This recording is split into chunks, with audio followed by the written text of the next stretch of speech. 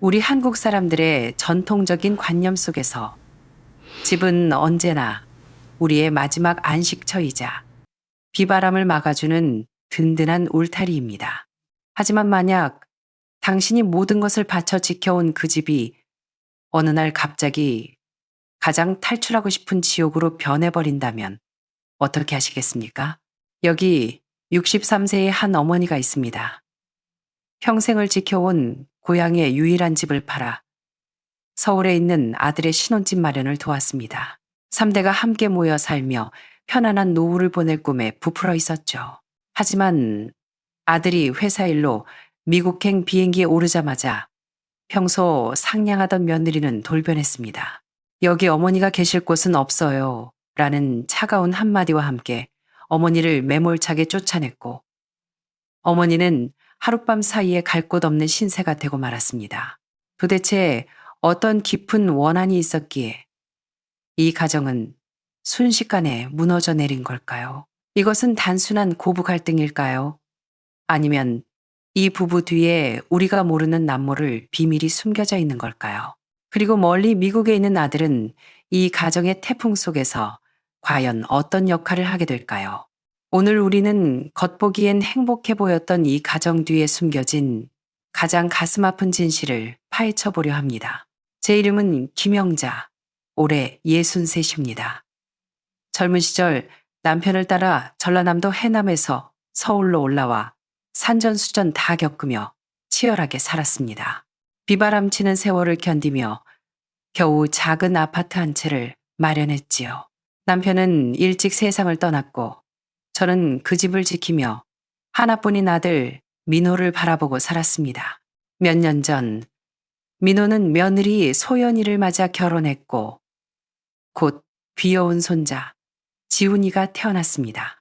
저는 이를 악물고 반평생을 살아온 고향집을 팔아치우고 아들 내외와 합치기로 했습니다.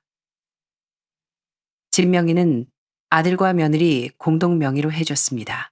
가족끼리 그런 걸 따져서 뭐 하겠나 싶었거든요. 오늘은 민호가 미국으로 떠나는 날입니다. 회사에서 중요한 프로젝트 때문에 1년 동안 주재원으로 나가게 되었거든요. 거실에는 크고 작은 캐리어들이 벽에 기대어 있어 조금 어수선해 보였습니다. 저는 왔다 갔다 하며 짐을 확인하고 또 확인했습니다. 입에서는 잔소리가 끊이질 않았죠.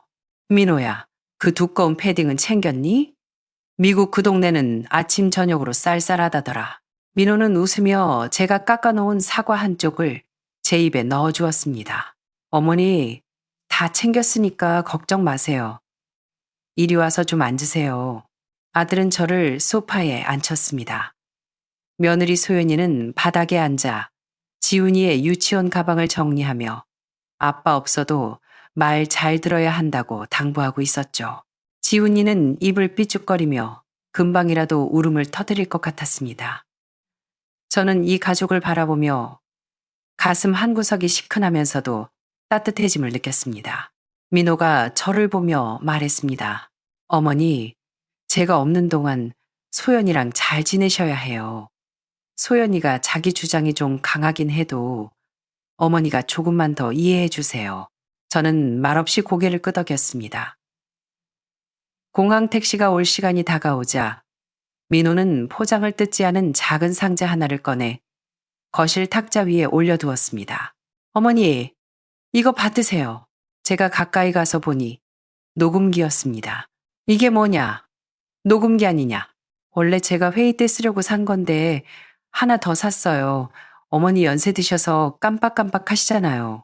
장 볼 거나 중요한 할 말 있으면 잊어버리지 말고 여기에 녹음해 두시라고요. 아들은 제 손을 잡고 녹음기를 손바닥 위에 올려주며 사용법을 알려주었습니다. 보세요.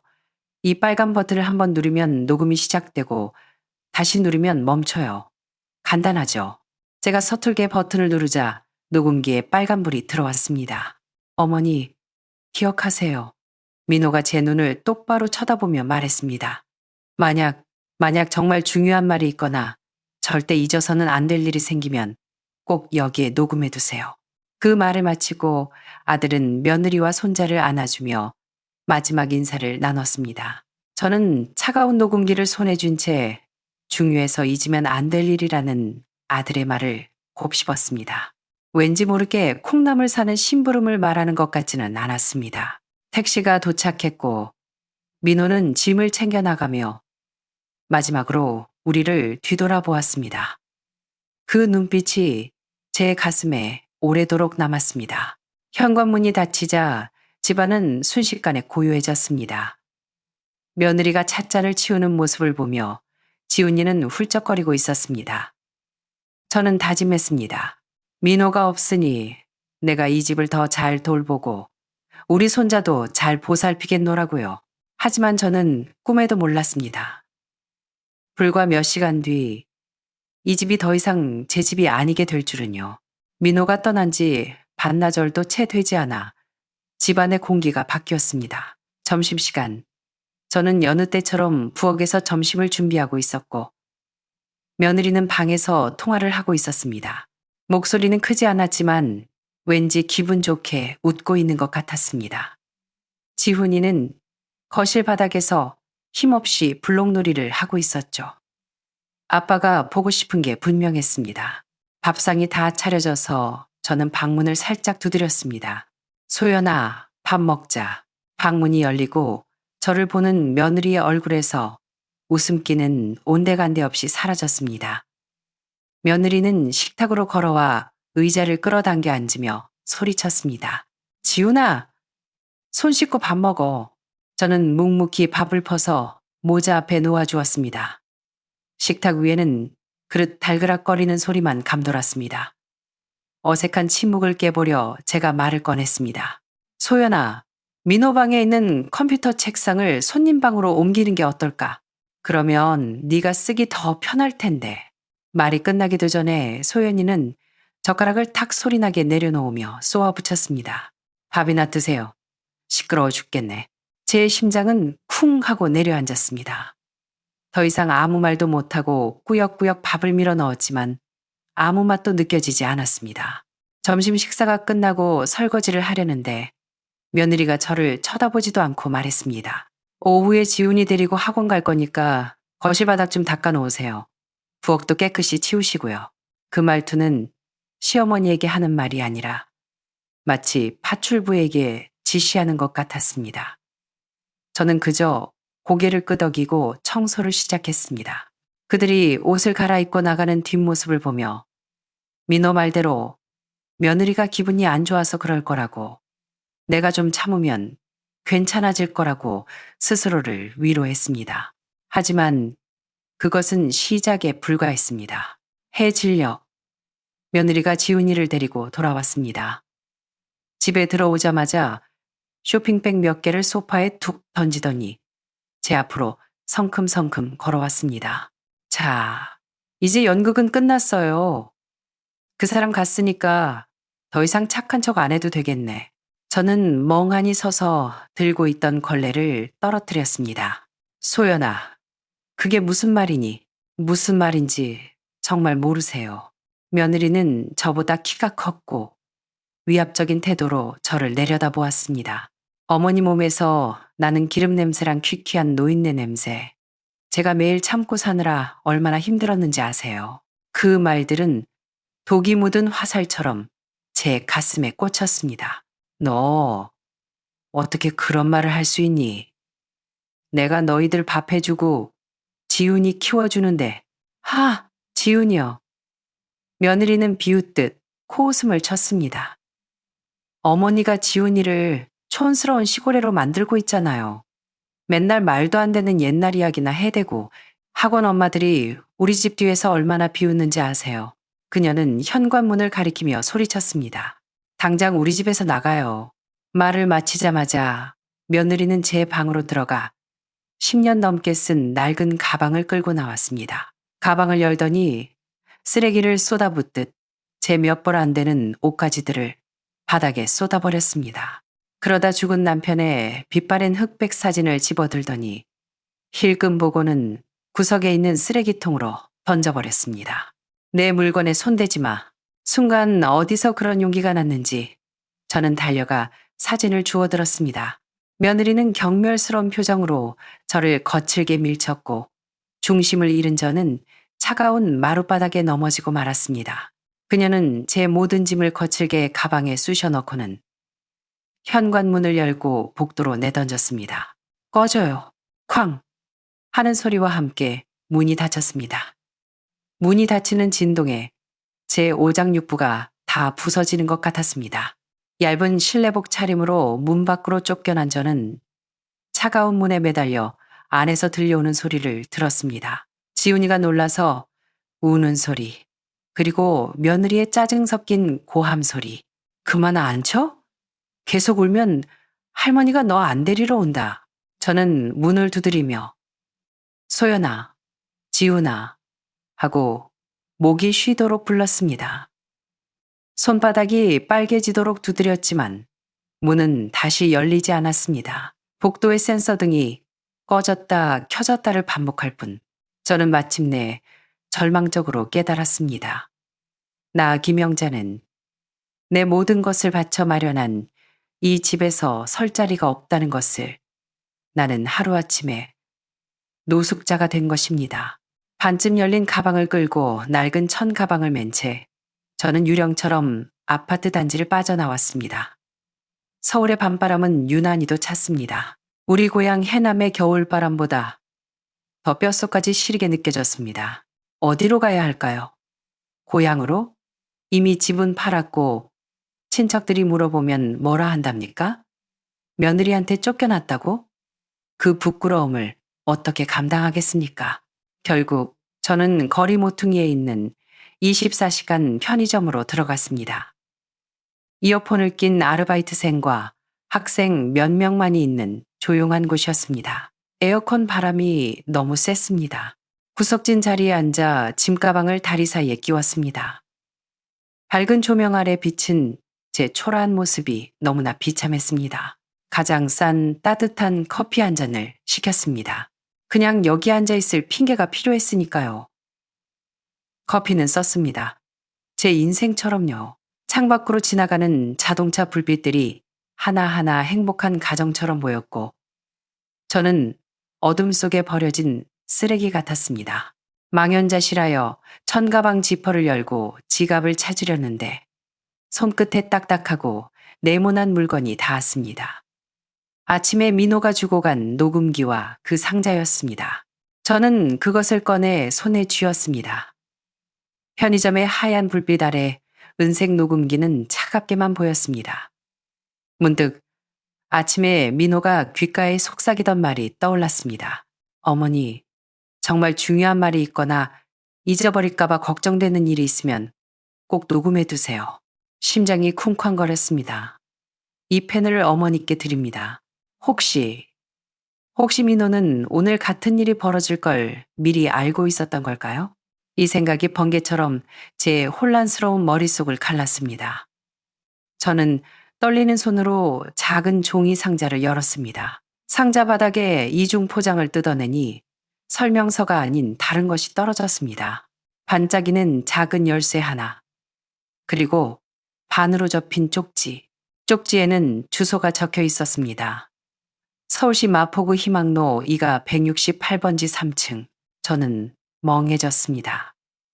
이 주소는 바로 우리 아파트 단지 바로 뒷골목에 있는 빌라였습니다. 저는 다시 녹음기를 집어들고 아침에 배웠던 재생 버튼을 눌렀습니다. 치익하는 소음 뒤에 민호의 목소리가 흘러나왔습니다. 어머니, 죄송해요. 제가 불효자입니다. 저 때문에 고향 집까지 팔게 하고 여기서 눈치 보게 해서 정말 죄송해요. 소연이가 어머니한테 함부로 하는 거, 어머니가 힘들어 하시는 거 다 알고 있었어요.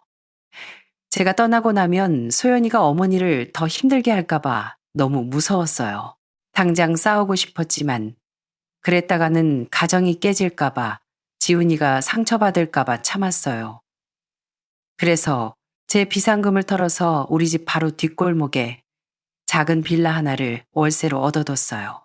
열쇠랑 주소는 상자 안에 넣어뒀고요.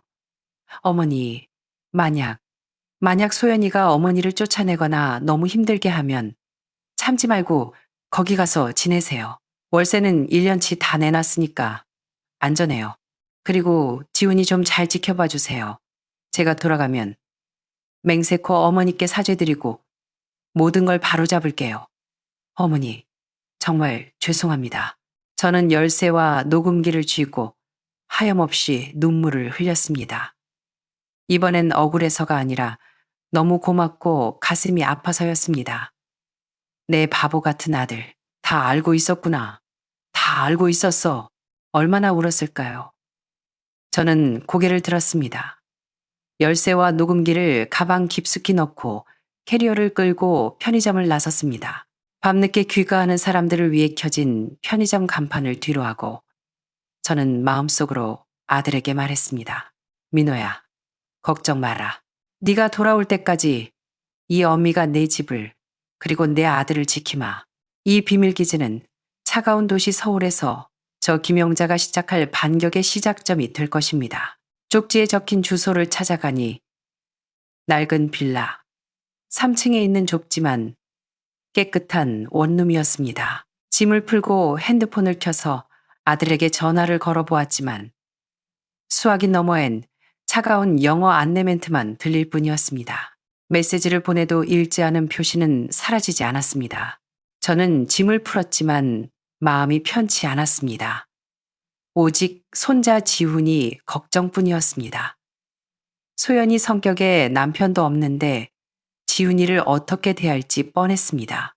그날 오후 저는 시간을 맞춰 지훈이의 유치원 근처로 가서 커다란 느티나무 뒤에 숨었습니다. 며느리에게 들킬까봐 가까이 가지는 못하고 멀리서라도 손자 얼굴을 보고 싶었습니다. 하원종이 울리고 아이들이 참새처럼 뛰어나왔습니다. 그 속에서 유난히 작고 마른 지훈이가 보였습니다. 며느리 말대로 며칠 사이에 더 야윈 것 같았습니다. 또래답지 않게 어두운 표정으로 대열의 맨 뒤를 따라 나오는 지훈이를 보니 가슴이 미어지는 것 같았습니다. 용기를 내어 나무 뒤에서 나갔습니다. 지훈아, 저를 본 지훈이는 처음엔 놀라더니 이내 눈이 동그랗게 커지며 제 품으로 달려들었습니다. 할머니, 보고 싶었어요. 할머니도 우리 강아지 너무 보고 싶었어. 저는 아이의 작은 몸을 끌어안았습니다. 눈물이 핑 돌았습니다. 지훈아, 밥은 잘 먹고 있니? 엄마가 잘해주니. 지훈이는 제 품에서 고개를 끄덕이다가 갑자기 겁에 질린 표정으로 고개를 들었습니다. 할머니, 빨리 가요. 엄마 올 시간 됐어요. 엄마가 할머니 보면 화낼 거예요. 6살밖에 안 된 아이가 벌써 어른 눈치를 보다니. 할머니 안 무서워. 그냥 너 얼굴만 보러 온 거야. 할머니, 빨리 가요. 제발요. 지훈이는 울상이 되어 저를 밀어냈습니다. 엄마가 그랬어요. 할머니 또 만나면 저를 아주 먼 곳으로 보내버려서 할머니 다시는 못 보게 할 거라고요. 그 말은 제 심장을 후벼 팠습니다. 더 있다가는 정말 지훈이에게 해가 될까봐 저는 떨어지지 않는 발걸음을 돌려 건너편 상가기둥 뒤로 몸을 숨겼습니다. 지훈이는 유치원 정문에 홀로 서서 제가 사라진 쪽을 자꾸만 돌아보았습니다. 몇 분 뒤 번쩍거리는 검은색 포르쉐 한 대가 요란하게 유치원 앞에 섰습니다. 조수석에서 며느리 소연이가 내렸습니다. 화려한 원피스를 입고 짙은 화장을 한 모습이었습니다. 운전석에서는 머리에 기름을 잔뜩 바른 젊은 남자가 내렸고 그는 아주 자연스럽게 소연이의 허리를 감쌌습니다. 소연이는 남자의 어깨에 기대어 교태를 부리며 웃고 있었습니다. 전에는 본 적 없는 낯 뜨거운 모습이었습니다. 저는 온몸이 얼어붙는 것 같았습니다. 민호가 떠나자마자 저를 쫓아낸 진짜 이유가 바로 저거였구나. 저 남자랑 놀아나려고 시어머니를 쫓아낸 거였어. 두 사람은 히히덕거리며 지훈이에게 다가갔습니다. 지훈이는 고개를 푹 숙인 채 그들 뒤를 따랐습니다. 그런데 그때 제 피가 거꾸로 솟는 장면을 목격했습니다. 그 남자가 지훈이가 늦게 걷는다며 짜증을 내더니 아이의 뒤통수를 거칠게 잡아당겨 앞으로 확 밀쳐버리는 것이었습니다. 지훈이는 공포에 질려 남자를 쳐다보다가 황급히 고개를 숙이고 종종 걸음을 쳤습니다.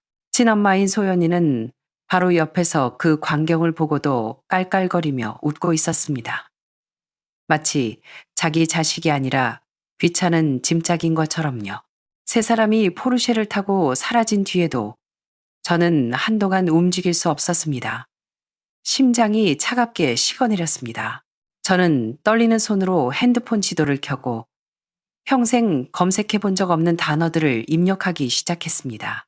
심부름센터, 법률 상담. 저의 전쟁은 이제 막 시작되었습니다. 그날 이후 제 머릿속에는 오직 한 가지 생각뿐이었습니다. 증거를 모으고 지훈이를 보호하는 것. 저는 믿을만해 보이는 흥신소를 찾아갔습니다. 두 가지를 의뢰했습니다.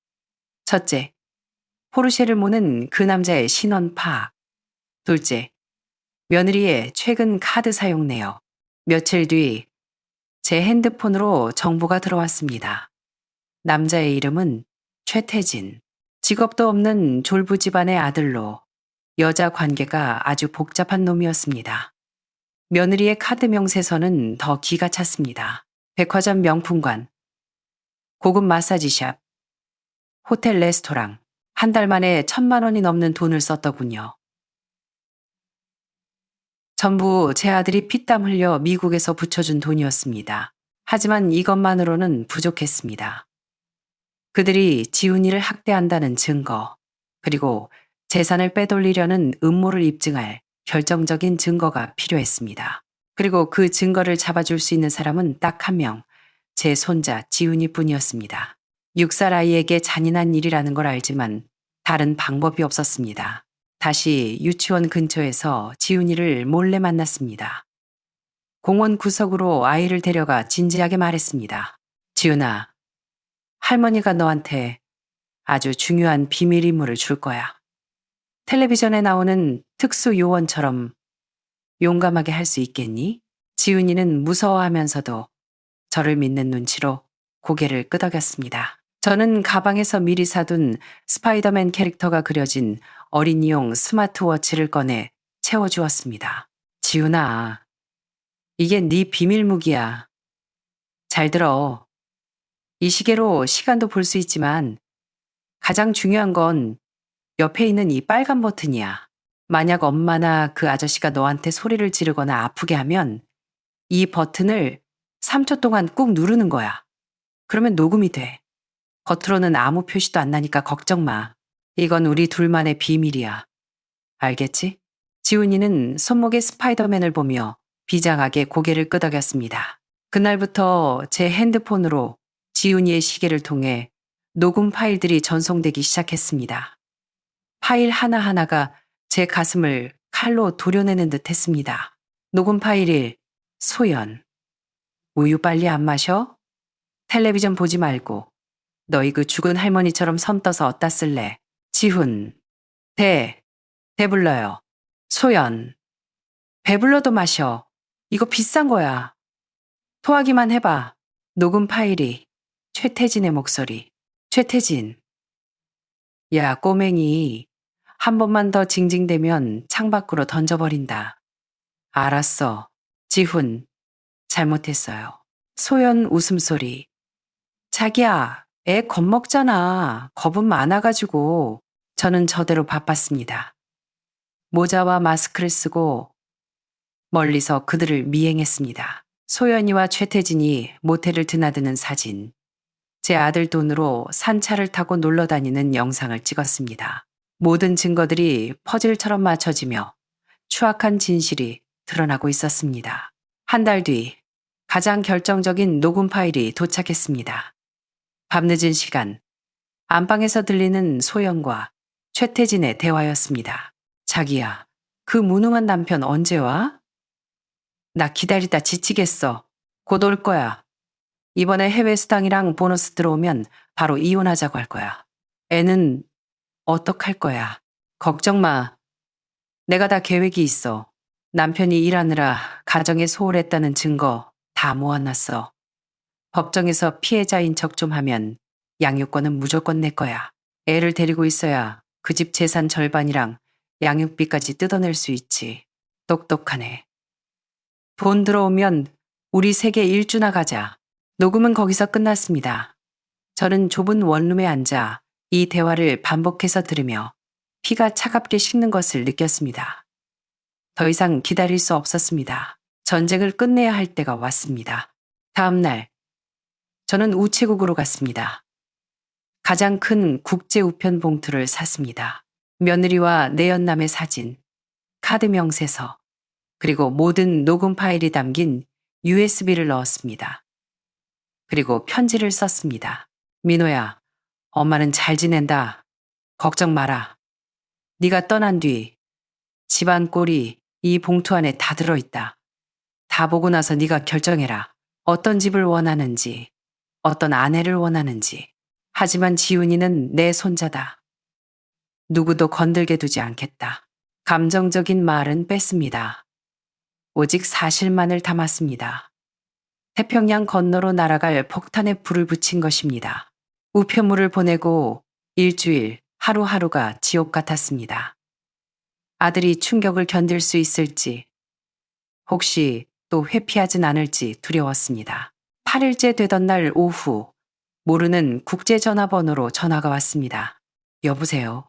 수화기 너머로 거친 숨소리가 들리더니 곧이어 민호의 목소리가 들렸습니다. 어머니, 목소리만 듣고도 알았습니다. 아들은 이제 모든 걸 알게 되었습니다. 그래, 민호야, 저 곧 들어갑니다. 3일 뒤, 저는 평소처럼 지훈이 하원 시간을 기다리는데 아파트 입구에 택시 한 대가 섰습니다. 차에서 내린 사람은 짐 가방을 든 민호였습니다. 얼굴은 검게 탔고 살은 빠졌지만 눈빛만은 예전에 유약하던 아들이 아니었습니다. 저를 보고 놀라지도 않고 뚜벅뚜벅 걸어오더니 제가 든 간식 봉지를 받아들며 말했습니다. 어머니, 올라가시죠. 우리는 함께 집으로 올라갔습니다. 민호가 열쇠로 문을 열자 거실에서 요가 매트를 깔고 운동하던 며느리가 소스라치게 놀랐습니다. 민호 씨? 당신 어떻게? 그녀의 얼굴에서 핏기가 싹 가셨습니다. 아니, 온다는 말도 없이. 민호는 대꾸도 하지 않고 신발을 벗고 거실로 들어갔습니다. 집안을 한번 쓱 둘러보더니 텔레비전 장식장 위에 놓인 낯선 남자의 향수를 집어들었습니다. 소연이가 당황해서 횡설수설했습니다. 아, 그거 내 동생 선물 주려고 산 거야. 오해하지 마. 민호는 창가로 가서 커튼을 확 젖혔습니다. 오후에 햇살이 쏟아져 들어와 소연의 창백한 얼굴을 비췄습니다. 민호는 아내의 핸드폰을 낚아채더니 어딘가로 전화를 걸었습니다. 스피커폰을 켰습니다. 여보세요? 자기야, 벌써 보고 싶어? 그 멍청한 남편은 연락 없어. 최태진의 경박한 목소리가 거실에 울려 퍼졌습니다. 소연이는 사시나무 떨듯 떨며 핸드폰을 뺏으려 했지만 민호의 서늘한 눈빛에 얼어붙고 말았습니다. 민호가 차갑게 말했습니다. 그래, 내가 그 멍청한 남편이다. 전화기 너머가 죽은 듯 조용해지더니 황급히 끊어지는 소리가 났습니다. 민호는 핸드폰을 던져두고 제가 보낸 서류 봉투와 USB를 탁자 위에 올려두었습니다. 이 안에 있는 거 다 봤어. 소연이는 비명을 지르며 뒷걸음질 쳤습니다. 나는 몰라. 오해야. 민호는 더 이상 말 섞기도 싫다는 듯 지훈이 방으로 갔습니다. 지훈이는 그림을 그리다가 아빠를 보고는 와락 달려들었습니다. 아빠. 민호는 아들을 끌어안고 한참을 흐느꼈습니다. 어깨가 들썩이는 걸 보며 저도 눈시울이 붉어졌습니다. 잠시 후 아들을 안고 나온 민호가 선언했습니다. 소연아, 법정에서 보자. 몇 달 뒤 가정법원. 평생 죄 한 번 안 짓고 살아온 제가 법정에 앉아 있었습니다. 소연이는 유능한 변호사를 써서 모든 증거를 반박했습니다. 불륜 사진은 친구 사이의 위로라고 우겼고 폭언 녹음은 독박 육아 스트레스로 인한 일시적 감정 표출이라고 포장했습니다. 상대 변호사는 뻔뻔하게 말했습니다. 남편이 장기간 부재 중인 상황에서 아내가 겪은 심리적 고통을 이해해야 합니다. 아이를 학대한 게 아니라 훈육 과정에서 목소리가 커진 것뿐입니다. 모성애를 매도하지 마십시오. 소연이는 화장기 없는 얼굴에 수수한 옷을 입고 나와 눈물을 흘리며 연기했습니다. 판사님, 저는 다 필요 없습니다. 제 아들 지훈이만은 제게 주십시오. 지훈이 없이는 못 삽니다. 그녀의 거짓 눈물에 방청석 사람들이 동요하는 게 보였습니다. 제 가슴이 타들어갔습니다. 법은 증거와 절차를 따지는데 우리가 가진 증거는 그녀가 나쁜 아내라는 건 증명해도 법적으로 양육권을 박탈당할 만큼 나쁜 엄마라는 걸 증명하기엔 부족할 수도 있다는 불안감이 엄습했습니다. 마지막 희망은 6살 지훈이의 증언뿐이었습니다. 재판장은 아이의 진술을 듣기 위해 지훈이를 별도의 상담실로 불렀습니다. 우리는 모니터로 그 모습을 지켜보았습니다. 소연이는 회심의 미소를 짓고 있었습니다. 그동안 아이에게 아빠랑 살면 고아원 간다고 얼마나 협박을 해놨는지 알기 때문입니다. 판사님이 부드럽게 물었습니다. 지훈아, 아빠랑 살고 싶니? 엄마랑 살고 싶니? 지훈이는 고개를 푹 숙이고 바지춤만 꽉 쥐고 있었습니다. 눈물이 뚝뚝 떨어졌습니다. 아무 말도 못하는 손자를 보며 저와 민호는 절망했습니다. 그때 민호가 마이크에 대고 울먹이며 말했습니다. 지훈아, 아빠야. 무서워하지 말고 솔직하게 말해. 네가 누구를 선택하든 아빠는 널 사랑해. 저도 외쳤습니다. 지훈아, 할머니 여기 있다. 거짓말하지 말고 용기를 내. 지훈이가 움찔하더니 천천히 고개를 들었습니다. 그리고 우리가 보고 있을 거울을 향해, 그리고 판사님을 향해 입을 열었습니다. 판사님, 우리 엄마 거짓말쟁이에요. 밖에서 지켜보던 소연이의 얼굴이 굳어졌습니다. 엄마는 저 사랑한다고 했는데 최태진 아저씨랑 같이 저보고 짐덩어리라고 했어요. 우유 흘렸다고 베란다에 가뒀어요. 엄마는 아빠랑 할머니가 날 버렸다고 했지만 아빠랑 할머니는 한 번도 저 때린 적 없어요. 저한테 소리 지른 적도 없어요. 지훈이의 말에 법정안은 술렁거렸습니다. 지훈이는 마침내 해냈다는 듯 울면서도 희미하게 웃어 보였습니다. 결과는 뻔했습니다.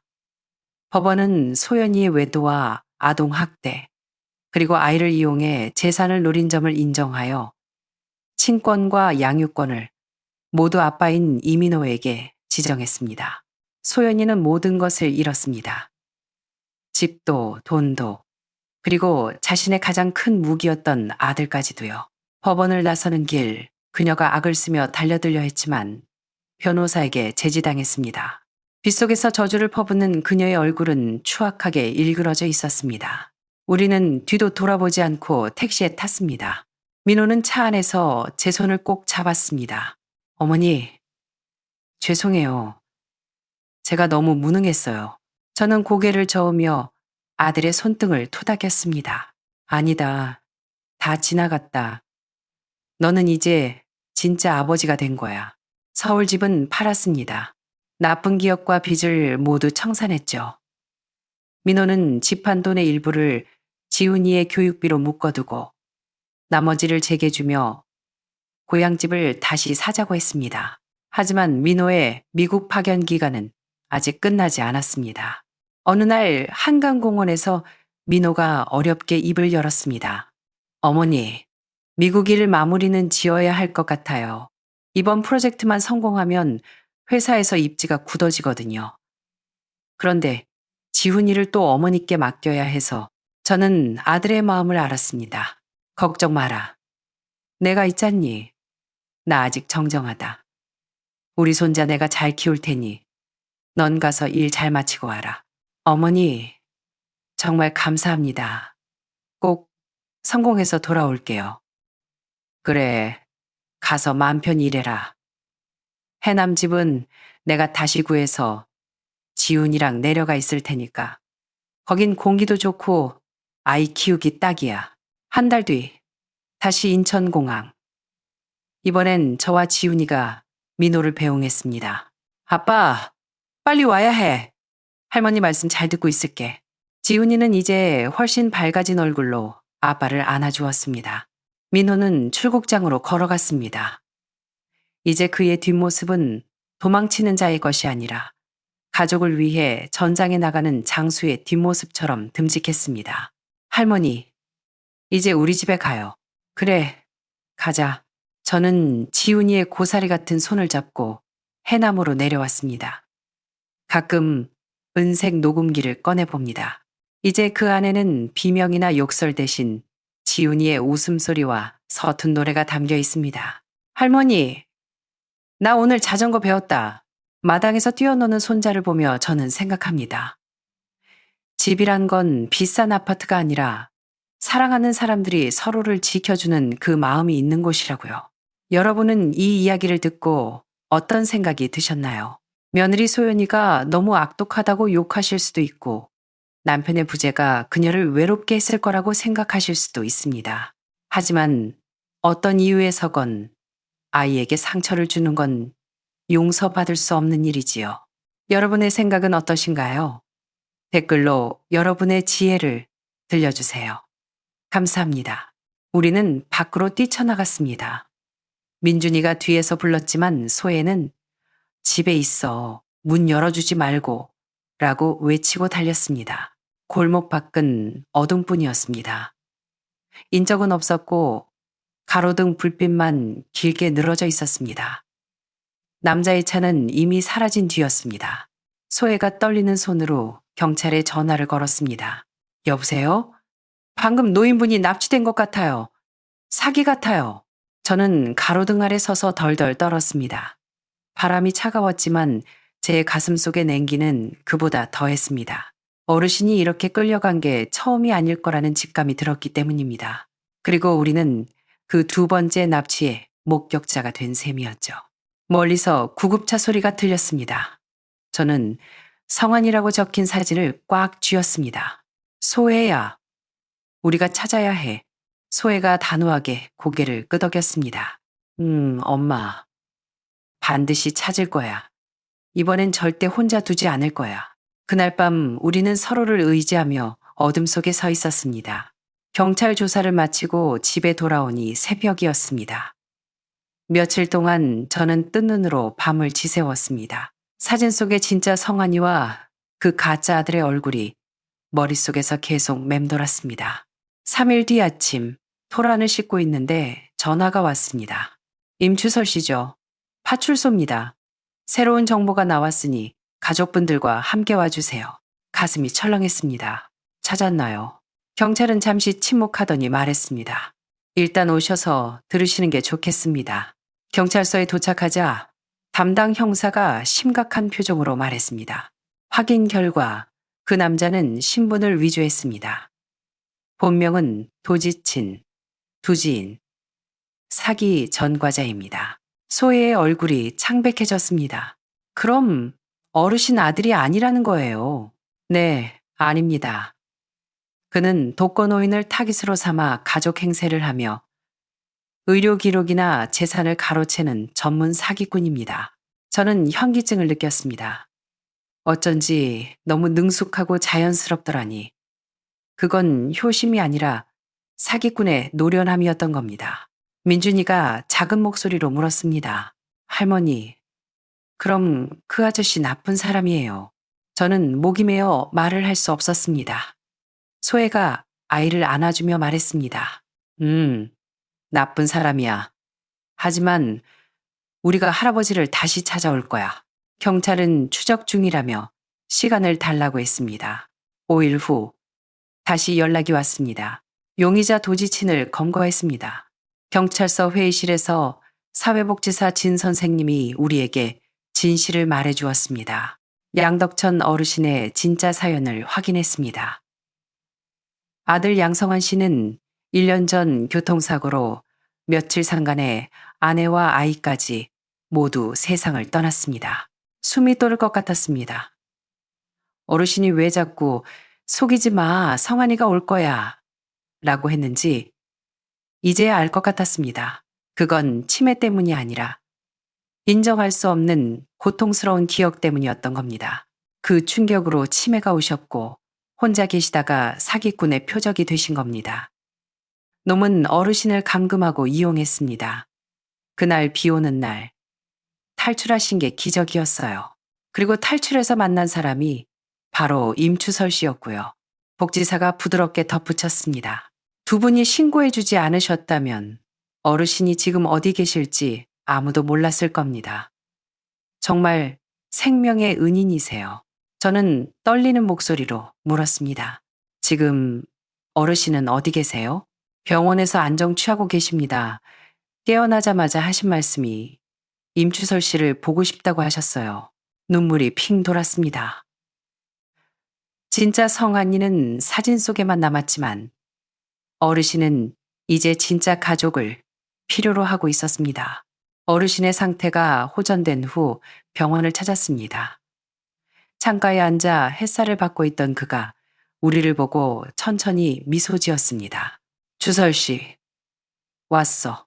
그 한마디에 며칠간 짓눌려 있던 마음의 짐이 녹아내렸습니다. 연고자가 아무도 없다는 사실을 확인한 후 복지사가 물었습니다. 혹시 가족분들이 동의하신다면 어르신을 모시고 함께 지내실 수 있을까요? 저희가 지원해 드리겠습니다. 저는 소혜를 보았습니다. 딸은 망설임 없이 고개를 끄덕였습니다. 엄마, 이미 우리 가족이잖아. 그렇게 우리 집은 다시 북적이기 시작했습니다. 아침엔 어르신이 화분에 물을 주고 오후엔 민준이 숙제를 봐주시고 비록 말없이 앉아만 계시지만 저녁엔 사명이 식탁을 꽉 채웁니다. 소혜의 잔소리, 민준이의 웃음소리, 그리고 어르신의 조용한 숟가락질 소리. 어느 날 저녁 어르신이 불쑥 제 손을 잡으며 말했습니다. 여기가 집 같아. 저는 손을 마주 잡으며 말했습니다. 집 같은 게 아니라 여기가 진짜 어르신 집이에요. 저는 제가 외로운 노인을 구했다고 생각했습니다. 하지만 결국 우리를 구한 건 어르신이었습니다. 저의 외로움을, 딸의 이혼의 상처를, 손자의 빈자리를 채워준 건 바로 그분이셨으니까요. 임추설 씨와 덕천 어르신의 이야기 어떻게 들으셨나요? 낯선 타인끼리 맺어진 깊은 가족에 감동하면서도 한편으로는 노인을 노린 그 치밀한 사기 행각에 소름이 돋기도 합니다. 이 이야기는 신뢰가 점점 귀해지는 이 시대에 우리가 어떻게 선한 마음을 잃지 않으면서도 스스로를 보호해야 할지 깊은 질문을 던집니다. 만약 여러분이 임추설 씨였다면 그 비 오는 날 낯선 노인을 위해 선뜻 문을 열어줄 수 있었을까요? 아니면 딸 소혜처럼 현실적인 위험을 먼저 걱정했을까요? 여러분의 생각 혹은 주변에서 겪은 비슷한 경험이 있다면 댓글로 나눠주세요. 여러분의 댓글 하나가 또 다른 누군가에게는 지혜가 되고 위로가 될 수 있습니다. 오늘 이야기가 마음에 와닿으셨다면, 그리고 주변 어르신들에게 이런 사기 수법을 알려드리고 싶다면 좋아요를 눌러주시고 영상을 공유해주세요. 작은 공유가 또 다른 피해를 막을 수 있습니다. 앞으로도 우리 삶의 진솔하고 감동적인 이야기를 계속 듣고 싶으시다면 구독과 알림 설정 부탁드립니다. 시청해주셔서 감사합니다. 여러분의 따뜻한 관심이 저희가 더 좋은 이야기를 만드는 힘이 됩니다. 다음 영상에서 뵙겠습니다. 감사합니다.